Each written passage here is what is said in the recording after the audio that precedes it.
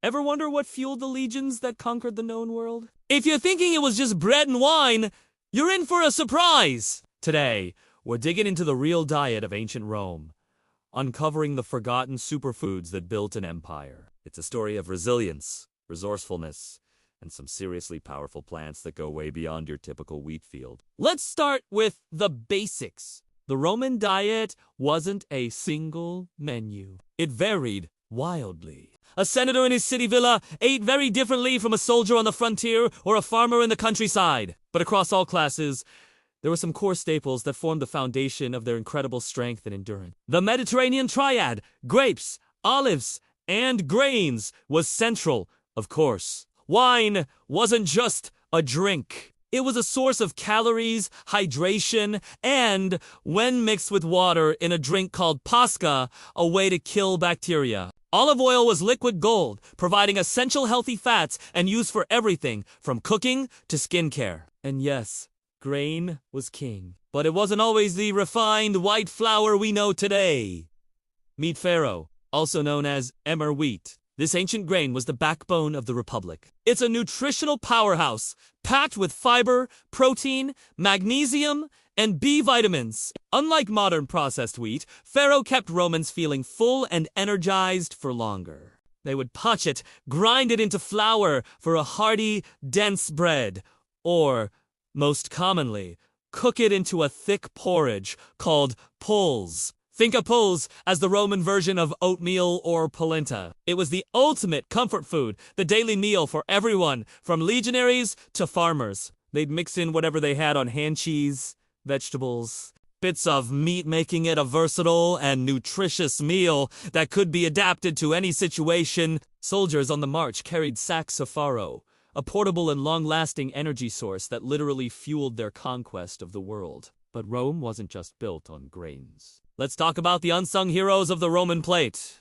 Legumes, lentils, chickpeas, and especially fava beans were incredibly important. They were cheap, easy to grow, and packed with plant-based protein. In a world where meat was a luxury for many, legumes were the reliable source of protein that built muscle and sustained the working class. They were also masters of soil health, using nitrogen fixation to enrich the very fields they grew in, making them a cornerstone of Roman crop rotation and sustainable agriculture. You'd find them in stews, mashed into pastes, or simply boiled. A simple meal of lentil stew and a piece of farro bread was a common and incredibly healthy dinner for the average Roman. Now, let's venture into the Roman garden. We often associate tomatoes and potatoes with Italian food, but those arrived from the Americas centuries later. So what were they eating? Cabbages, kale, and colored greens were everywhere. These cruciferous vegetables are bursting with vitamins, minerals, and The Romans knew their value. Cato, the Elder, a famous Roman statesman, wrote extensively about the health benefits of cabbage, believing it could cure almost any ailment. They also loved their root vegetables, turnips, parsnips, and carrots, though their carrots were often purple or white, not orange. These provided essential carbohydrates and nutrients, especially during the winter months when other produce was scarce. And don't forget the alliums, onions, leeks, and especially garlic were fundamental. They weren't just for flavor, they were medicine. Garlic was known for its powerful antibacterial properties and was given to soldiers and laborers to ward off sickness and boost their strength. Pliny, the Elder, listed over 60 medicinal uses for garlic. It was a cheap, potent ingredient that added a punch of flavor and health to even the simplest dishes. What about flavor beyond garlic? Romans were masters of herbs. They cultivated and foraged for a huge variety of them. Rosemary, thyme, sage, mint, and oregano weren't just garnish. They were key components of Roman cuisine and medicine. They used them to preserve food, aid digestion, and of course, make their meals delicious.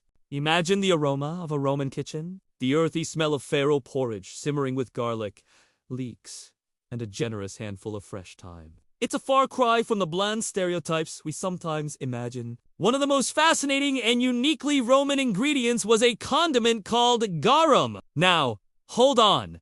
because this one sounds a little strange. Garum was a fermented fish sauce made by layering fish, guts, and all with salt and letting it ferment in the sun for months. The liquid that drained off was garum umami bomb. That was the Roman equivalent of soy sauce or ketchup. It sounds intense, but it added a complex, savory, and salty flavor to everything. And nutritionally, this fermented sauce was rich in minerals and amino acids. It was a way to preserve the nutrients of fish and use every single part of the catch. There were high-end vintage garums for the rich and cheaper versions for everyone else. It was so essential that it was produced on an industrial scale and shipped in clay jars called amphorae all across the empire.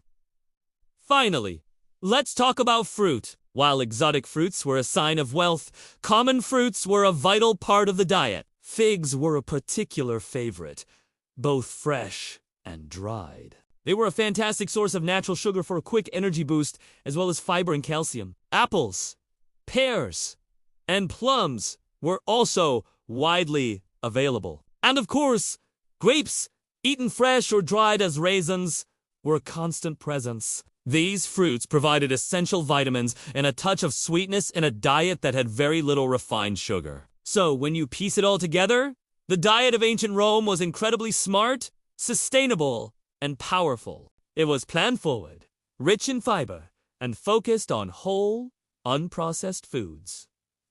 Hearty grains, like farro for endurance. Protein-packed legumes, like lentils for strength. Nutrient-dense vegetables like cabbage and garlic for health and immunity. And fermented foods like garum for flavor and gut health. This wasn't a diet of lavish excess, but one of profound nutritional wisdom, built from the land. It was a diet that could sustain a farmer through a long day of labor and a legionary on a grueling 100-mile march. It's proof that the foundations of a healthy diet haven't really changed in 2,000 years. It's about whole foods, variety, and making the most of what nature provides. The superfoods that built Rome weren't exotic berries from a distant land. They were the humble, powerful plants growing right in their backyards. What do you think? Were you surprised by what the Romans were really eating?